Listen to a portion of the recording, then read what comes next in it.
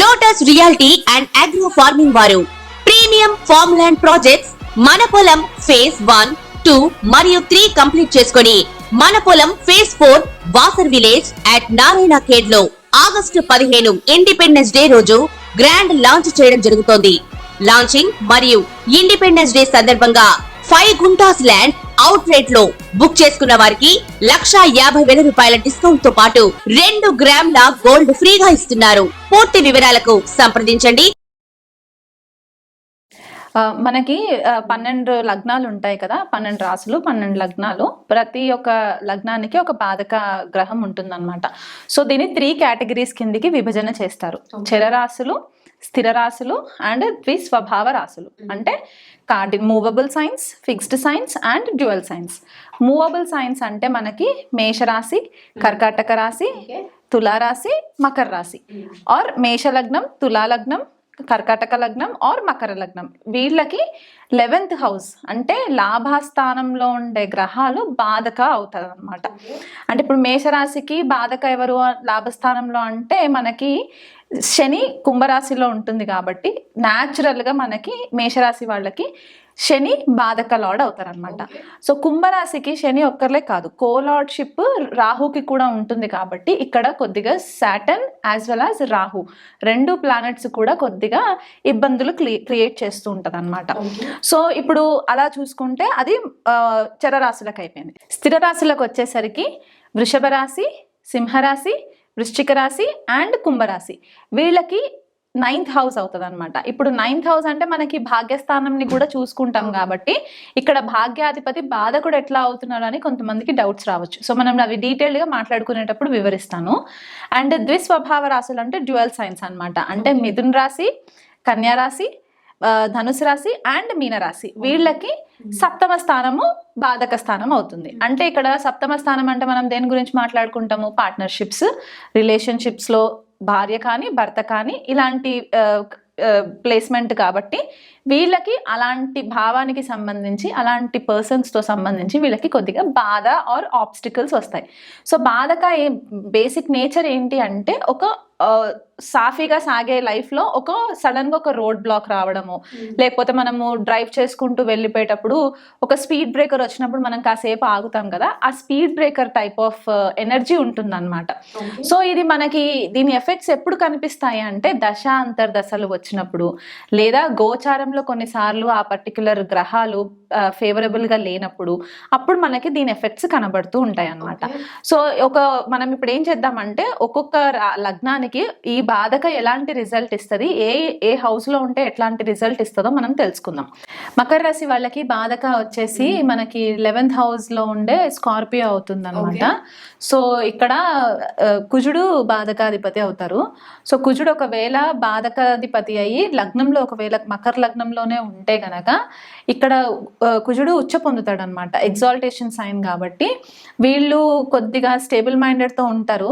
Especially when it comes to ఏదైనా ల్యాండ్కి related dealings చేయడం కానీ వాళ్ళ పర్సనాలిటీ కానీ కొద్దిగా ఉంటుంది. కానీ ఇంటలెక్ట్కి వచ్చేసరికి ఏమవుతుందంటే కొద్దిగా ఇంపల్సివ్ నేచర్ ఒకటి వచ్చేస్తుంది, ఇమోషన్ అగ్రెషన్స్ ఎక్కువ వచ్చేస్తూ ఉంటాయి అన్నమాట. అగ్రెసివ్ నేచర్ కనిపిస్తూ ఉంటుంది, తొందరగా కోపం రావడము ఇట్లాంటివి కొద్దిగా కనిపిస్తూ ఉంటుంది. అండ్ ఆలోచన లేకుండా స్టెప్ వేసేయడము ఇలాంటివి కూడా మనకి కనిపిస్తుంటుంది. దానివల్ల కొద్దిగా వాళ్ళ పర్సనాలిటీ పైన దెబ్బ పడే ఛాన్సెస్ ఉంటాయి అన్నమాట. అండ్ ఫిజికల్ యాక్టివిటీస్లో ఎక్కువ ఇన్వాల్వ్ అయ్యే పాసిబిలిటీస్ ఉంటాయి కాబట్టి సో ఫిజికల్ బాడీకి కొద్దిగా హార్మ్ జరిగి అంటే ఏదైనా దెబ్బలు తగలడము ఇట్లాంటివి జరిగినప్పుడు బాధ కలిగే సిచ్యువేషన్స్ వస్తాయి అన్నమాట కుజుడి వల్ల లగ్నంలో పడితే.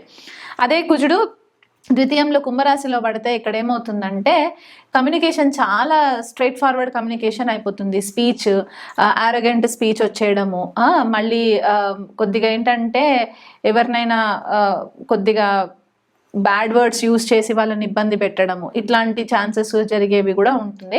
కుటుంబంలో కూడా కొద్దిగా ఏంటంటే కుజుడు ఫైర్ అగ్నితత్వ రాశి గ్రహము అండ్ కుంభరాశి వచ్చేసి వాయుతత్వం కాబట్టి ఆ అగ్ని అండ్ వాయు రెండు ఎక్స్ప్లోడ్ అవుతుంది అనమాట. సో ఇంటి వాతావరణం ఎప్పుడు కూడా కొద్దిగా ఎక్స్ప్లోజివ్ నేచర్ తోటే ఉంటుంది అనమాట వీళ్ళకి. అదొకటి పాసిబిలిటీ కనిపిస్తూ ఉంటుంది.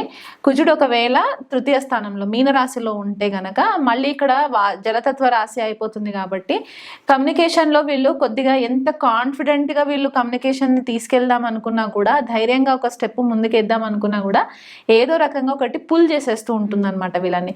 అంటే వీళ్ళు ఏమనుకుంటారంటే, నేను ఏదో మాట్లాడాలని ధైర్యం చేస్తున్నాను కానీ నా ధైర్యం ఎక్కడ పోతుందో నాకు తెలియట్లేదు, నేను ప్రాపర్గా కమ్యూనికేట్ చేయలేకపోతున్నాను అనే ఒక నేచర్ ఉంటుంది.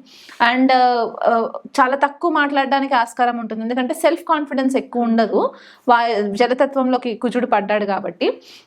కానీ ఒకవేళ గురుగ్రహం కనుక కలిసి ఉంటా, లేకపోతే శుక్రగ్రహం కనుక కలిసి ఉన్నా కొద్దిగా లౌక్యంగా మాట్లాడడానికి పాసిబిలిటీస్ ఉంటాయి. ఎందుకంటే ఒకవేళ శుక్రుడు ఉంటే అది ఉచ్చస్థితి పొందుతున్న ప్లేస్మెంట్ అవుతుంది, అదే గురుడు ఉంటే కనుక స్వక్షేత్రం కాబట్టి ఇక్కడ కొంచెం క్యాలిక్యులేటివ్గా మాట్లాడడానికి ఛాన్స్ ఉంది. బట్ స్టిల్ వాళ్ళకి ఏదన్నా మాట మాట్లాడాలన్నా కూడా భయం వేస్తుంది అనమాట. ఎదుటి వాళ్ళు ఎట్లా రిసీవ్ చేసుకుంటారో అన్న ఒక భయం ఉంటుంది. కుజుడికి ఆ భయం నేచర్ కాదు తనది, కానీ మీనరాశిలో తృతీయ స్థానంలో ఉన్నప్పుడు ఈ క్వాలిటీ కనిపిస్తుంది. కుజుడు మేషరాశిలో ఉంటే, అంటే బాధకాధిపతి అయ్యి మేషరాశిలో చతుర్థ స్థానంలో ఉంటే ఇంటికి సంబంధించి, అంటే ల్యాండ్కి సంబంధించి, వాళ్ళు ఉండే గృహానికి సంబంధించి బాధలు కలగడము, లేకపోతే ఏదైనా ల్యాండ్ రిలేటెడ్ ఇష్యూస్, అంటే కొన్నిసార్లు ఏమవుతుందంటే లిటిగేటెడ్ ప్రాబ్లమ్స్ ఇట్లాంటివి ఉంటూ ఉంటాయి కదా, దానికి సంబంధించి, లేకపోతే మదర్ తరఫు నుంచి కొద్దిగా ప్రాబ్లమ్స్ రావడం అనమాట. అంటే తల్లి తరఫు వాళ్ళ నుంచి వాళ్ళ ఏదన్నా స్థిరాస్తులు రావాలన్నా కూడా కొద్దిగా ఇబ్బంది పాలవ్వడము. మదర్ కూడా కొన్నిసార్లు ఏంటంటే వాళ్ళ తరఫు నుంచి వచ్చే స్థిరాస్తుల విషయంలో కూడా వీళ్ళకి కొద్దిగా బాధ కలగడం, దానివల్ల తల్లి బాధపడుతుంటే వీళ్ళు బాధపడడం, ఇలాంటి సిచ్యువేషన్స్ జరిగే ఛాన్సెస్ ఉంటాయి. కుజుడు ఒకవేళ పంచమ స్థానంలో టారస్లో ఉంటే కనుక ఇక్కడ ఏమవుతుందంటే బేసికలీ ఉమెన్ తోటి రిలేటెడ్ ఏదైనా ఇష్యూస్ ఉంటే కనుక ఇబ్బంది, అంటే లవ్ అఫేర్స్కి సంబంధించి ఏదైనా ఇబ్బందులు ఉండడము, నెట్వర్క్ సర్కిల్లో ఉండే లేడీస్ తోటి కొద్దిగా ఇబ్బంది పాలవ్వడము, రిసోర్సెస్కి వచ్చేసరికి ఏంటంటే వీళ్ళకి అవసరమైన టైంకి కొద్దిగా ఫైనాన్షియల్గా ఇబ్బంది పాలవ్వడము, ఇలాంటివి కొన్ని మనకి కనిపిస్తూ ఉంటుంది. మోస్ట్లీ రొమాంటిక్ అఫేర్స్లో కొంచెం కేర్ఫుల్గా ఉండాలన్నమాట, ప్రేమ వ్యవహారాలలో కొద్దిగా కేర్ఫుల్గా ఉండాలి. అండ్ సిక్స్త్ హౌస్ షష్ఠ స్థానంలోకి వచ్చేసరికి మిథున రాశిలో పడుతుంది కాబట్టి ఇక్కడ ఎనిమీస్ అంతా కూడా కొంచెము చాలా fire nature, and fire plus వాయుతత్వం రెండు కలిపి ఉంటుంది కాబట్టి వీళ్ళకి ఏమవుతుందంటే ఇల్లాజికల్ మైండ్ సెట్ ఉంటుంది, ఇల్లాజికల్గా మాట్లాడడం జరుగుతూ ఉంటుంది, దానివల్ల కొద్దిగా లిటిగేషన్స్లోకి వెళ్ళడము ఇట్లాంటివి జరిగే ఛాన్సెస్ ఉంటాయి, దానివల్ల ఇబ్బంది పడుతూ ఉంటారనమాట. అదే కుజుడు ఒకవేళ సప్తమ స్థానంలో ఉండి క్యాన్సర్ సైన్ లో పడితే గనక, ఎందుకంటే మకర రాశికి సప్తమ స్థానం కర్కాటక రాశి అవుతుంది కాబట్టి ఇక్కడ కొంచెం కొద్దిపాటిగా కుజదోషం కనిపించే ఛాన్స్ ఉంటుంది. ఎందువల్ల అంటే కుజుడు కంప్లీట్ గా ఇక్కడ నీచ పొందుతాడనమాట, అంటే పవర్లెస్ అయిపోతారు.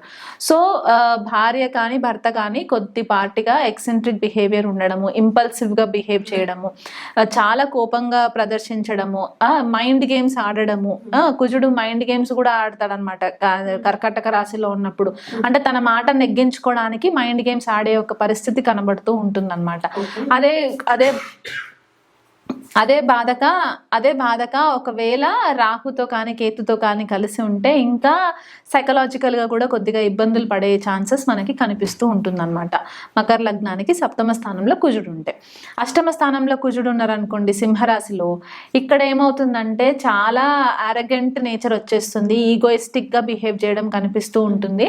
డ్రైవింగ్ చేసేటప్పుడు కూడా ఇలాంటి కాంబినేషన్ ఉన్న వాళ్ళు కొద్దిపాటిగా కేర్ఫుల్గా ఉండాలి, ఎందుకంటే అష్టమ స్థానం జనరల్గా మనకి సడన్నెస్ చూపిస్తుంది, యాక్సిడెంట్స్ని చూపిస్తూ ఉంటుంది. సో బాధకాధిపతి కుజుడు అష్టమ స్థానంలోకి వెళ్ళాడంటే మనకి ఏదైతే ఈ ట్రాన్స్పోర్ట్కి సంబంధించిన వెహికల్స్కి సంబంధించి అవన్నీ కూడా మనకి కొద్దిగా మనం కుజుడితో కన్సిడర్ చేస్తాం కాబట్టి సడన్గా యాక్సిడెంట్స్లోకి వెళ్ళడము. ఒకవేళ కుజుడు చాలా పాడైపోయి ఉంటే చార్ట్లో చతుర్థాధిపతి అయి ఉంటే కనుక ఇట్లాంటి కాంబినేషన్స్ ఉంటే మనకి కొద్దిగా ఇబ్బందులు వచ్చే ఛాన్సెస్ ఉంటాయి. అండ్ ఇంకొకటి ఏంటంటే హెడ్ ఇంజ్యూరీస్ వచ్చే ఛాన్సెస్ ఉంటాయి, దానివల్ల ఫిజికల్ బాడీ బాధపడడానికి జరిగే ఛాన్సెస్ ఉంటాయి. గవర్నమెంట్ డీలింగ్స్ చేసేటప్పుడు కొద్దిగా ప్రాబ్లమ్స్ వస్తూ ఉంటాయి, ఎందుకంటే సింహరాశి గవర్నమెంట్ అని చెప్పేసి అంటూ ఉంటాను కదా, ఆర్ఎల్స్ వాళ్ళే గవర్నమెంట్కి వర్క్ చేసే వాళ్ళు ఉంటారు. ఫర్ ఎగ్జాంపుల్ పోలీస్ ఆఫీసర్స్ అవ్వచ్చు, లేకపోతే సోల్జర్స్ అవ్వచ్చు, ఇలాంటి కెరియర్స్లో ఉన్న వాళ్ళు, డిఫెన్స్లో ఉన్న వాళ్ళు, అక్కడ కొద్దిగా వీళ్ళు హోమ్ ఎన్వైరన్మెంట్కి దూరం ఉండడము, అక్కడ వాళ్ళకి ఫిజికల్గా కొద్దిగా హెల్త్ యాక్సిడెంట్స్ జరగడము, చిన్న చిన్న పార్టీ ఆబ్స్టికల్స్ రావడం, దానివల్ల దానివల్ల ఇబ్బందులు పడడం ఇలాంటివి జరిగే ఛాన్సెస్ ఉంటాయి. అదే బాధకాధిపతి నవమ స్థానంలో అంటే కన్యా రాశిలో ఉంటే గనక ఇక్కడ భాగ్యవృద్ధి జరగడానికి ఆబ్స్టికల్ వస్తుంది. ఎందుకంటే ఈ బాధకాధిపతి వెళ్ళి ఇప్పుడు ప్రారబ్ధ కర్మ రిలేట్ చేసే హౌస్లో ఉన్నారు. ప్రారబ్ధ కర్మ ఎందుకంటే న్యాచురల్గా కన్యా రాశి ప్రారబ్ధ కర్మని చూపిస్తుంది కాబట్టి ఈ ప్రారబ్ధ కర్మ హౌస్లో వెళ్ళి ఉంటే భాగ్యస్థానం అయినప్పుడు భాగ్యవృద్ధి చెందడానికి చాలా ఇబ్బందులు ఫేస్ చేసే ప్రాబ్లమ్స్ వస్తూ ఉంటాయి అన్నమాట. అండ్ ఇక్కడ కుజుడు చాలా అనలిటికల్ అయిపోతాడు అనమాట. ఈ అనలిటికల్ స్పీచ్ వల్ల తను ఏది మాట్లాడినా ప్రతి దాంట్లో ఏదో ఒకటి వెతికి చూసి తప్పు ఐడెంటిఫై చేస్తున్నారని చెప్పి దీనివల్ల కూడా ఇబ్బందులు అవ్వడము, ఫాదర్ ఫిగర్స్ నుంచి కూడా ప్రాపర్ సపోర్ట్ రాకపోవడము, వాళ్ళతోటి ప్రారబ్ధ కర్మలు ఉండడము, ఇవన్నీ మనకి కొద్దిపాటిగా కనిపిస్తూ ఉంటాయి.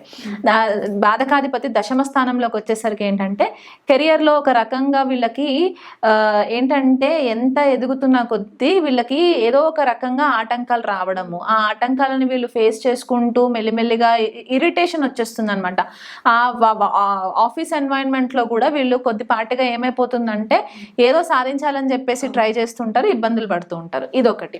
11th హౌస్కి వచ్చేసరికి 11th లార్డ్ 11th హౌస్ అంటే ఎల్డర్ సిబ్లింగ్స్, అంటే వీళ్ళకంటే ముందు పుట్టిన అక్కలు కానీ అన్నయ్యలు కానీ ఉంటారో వాళ్ళతో వీళ్ళకి కర్మ కనెక్ట్ అయి ఉంటుంది అనమాట.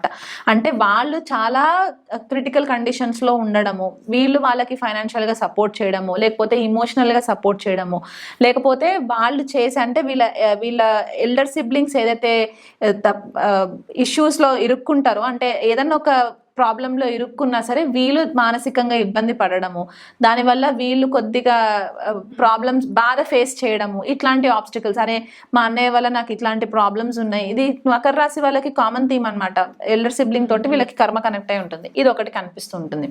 అదే కుజుడు 12th హౌస్లో ధనుసు రాశిలోకి ఉండేసరికి ఏంటంటే ఇక్కడ ఏమవుతుందంటే బేసికలీ ఈ కుజుడికి మ్యాక్సిమం ఏంటంటే ఈ రిలీజియస్ ప్లేసెస్ని ఎక్స్ప్లోర్ చేయడము, ఏదన్నా ఆశ్రమాలలో వెళ్ళి ఉండడము, మార్షల్ ఆర్ట్స్ నేర్చుకోవడము, ఎక్కువ టైం జిమ్లో స్పెండ్ చేయడము, ఇట్లాంటివి. అంటే ఇంటి నుంచి కొద్దిగా జిమ్లోకి వెళ్ళి స్పెండ్ చేయడము, దానివల్ల ఎక్కువ ఫ్యామిలీకి దూరం ఉండడం వల్ల కూడా వీళ్ళకి బాధ కలిగే ఛాన్సెస్ ఉంటాయి. నిద్ర విషయంలో కూడా వీళ్ళకి చాలా ప్రాబ్లమ్స్ ఉంటాయి అనమాట.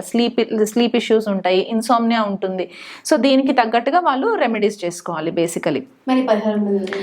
కుజుడు ఇక్కడ బాధక అయ్యారు కాబట్టి సుబ్రహ్మణ్యేశ్వర స్వామిని వీళ్ళు ఆరాధిస్తే, ఎంత సుబ్రహ్మణ్యేశ్వర స్వామిని వీళ్ళు ఆరాధించుకుంటే వీళ్ళకి అంత బాగా కలిసి వస్తుంది. మంగళవారం ఉపవాసం ఉండడము, కందులు దానం చేయడము, రెడ్ కలర్ క్లాత్ ఉంటుంది కదా, ఆ రెడ్ కలర్ క్లాత్ కందులు కలిసి మంగళవారం రోజు దానం చేయడము.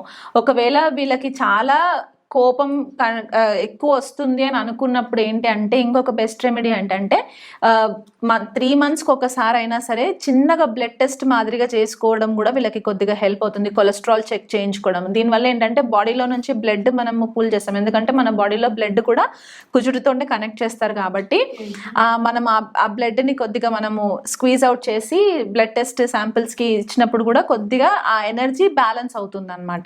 ఎందుకంటే పెద్ద యాక్సిడెంట్లో పోయేది చిన్నగా ఆ నీడిల్ తోటి మనకి బ్లడ్ బయటికి వచ్చేస్తుంది కాబట్టి మనం యూనివర్స్ తోటి ఒక ట్రిక్ ప్లే చేస్తున్నట్టు అవుతుంది అనమాట. సో దానివల్ల వీళ్ళకి హెల్ప్ అవుతుంది.